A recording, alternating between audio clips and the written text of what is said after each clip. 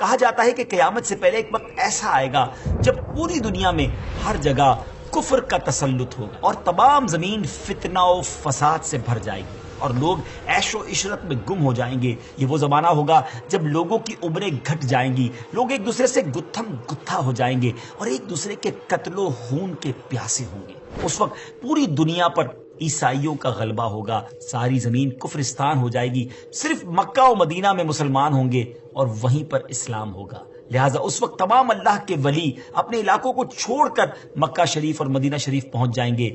یاد رہے رمضان کا مہینہ ہوگا، ابدال طواف خانہ کعبہ میں مصروف ہوں گے، حضرت امام مہدی بھی وہاں ہوں گے اور اس وقت آپ کی عمر 40 ایئرز ہوگی، 40 سال آپ کی عمر ہو چکی ہوگی. اولیاء انہیں پہچانیں گے، پھر تمام لوگ ان کے ہاتھ پر بیعت کریں گے اور وہاں سے یہ سب کو اپنے ساتھ لے کر ملک شام کی طرف چلے جائیں گے. امام مہدی کے آنے کا ذکر ایک دو حدیثوں میں نہیں بلکہ 200 سے لے کر 250 احادیث اور اقوال تابعین میں ملتا ہے. ام المومنین حضرت ام سلمہ رضی اللہ تعالیٰ عنہ روایت کرتی ہیں کہ میں نے رسول اللہ صلی اللہ تعالیٰ علیہ وسلم کو یہ فرماتے ہوئے سنا کہ آپ علیہ الصلوۃ والسلام نے فرمایا مہدی حق ہے، اور مزید آپ علیہ الصلوۃ والسلام نے فرمایا امام مہدی سیدہ فاطمہ الزہرا رضی اللہ تعالیٰ عنہا کی اولاد سے ہوں گے.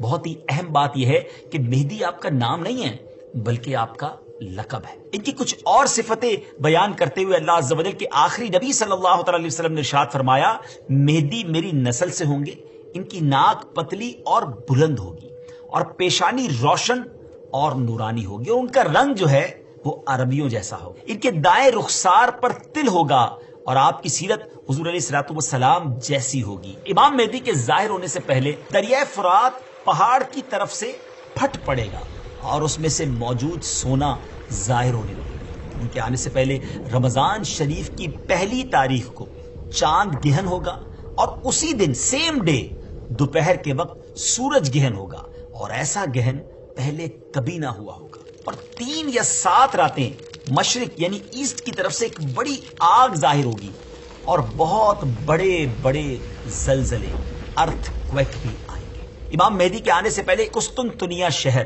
جی ہاں جس کو آج ہم استنبول کہتے ہیں، ایک بار پھر غیر مسلموں کے ہاتھ میں چلا جائے گا. تو جب مکہ پاک میں تمام لوگ امام مہدی کے ہاتھ پر بیعت کر لیں گے تو پھر وہ وقت آئے گا کہ ایک بار پھر قسطنطنیہ، ایک بار پھر استنبول جو ہے مسلمانوں کو مل جائے گا. اور ابھی یہ معاملہ چل ہی رہا ہوگا کہ اتنے میں شور مچ جائے گا، آواز آئے گی کہ دجال آ گیا، دجال آ گیا.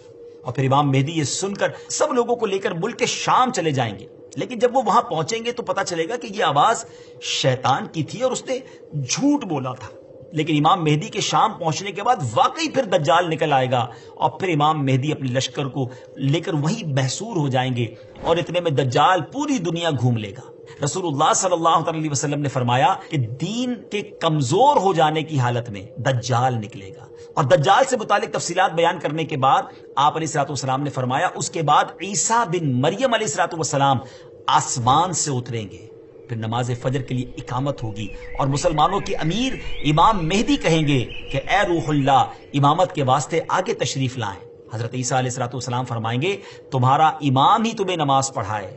تو اس وقت امام مہدی رضی اللہ تعالیٰ عنہ نماز کی امامت فرمائیں گے. جب لوگ نماز سے فارغ ہو جائیں گے تو مل کر حضرت عیسیٰ علیہ الصلوۃ والسلام کی قیادت میں دجال سے مقابلے کے لیے نکلیں گے. اب دجال کی حالت یہ ہوگی کہ وہ حضرت عیسیٰ علیہ الصلوۃ والسلام کی سانس کی خوشبو سے پگھلنا شروع ہو جائے گا. وہ بھاگے گا اور حضرت عیسیٰ علیہ الصلوۃ والسلام اس کا پیچھا فرمائیں گے اور باب لد کے پاس اس کی پیٹھ میں نیزہ ماریں گے اور اس سے وہ جہنم واصل ہوگا.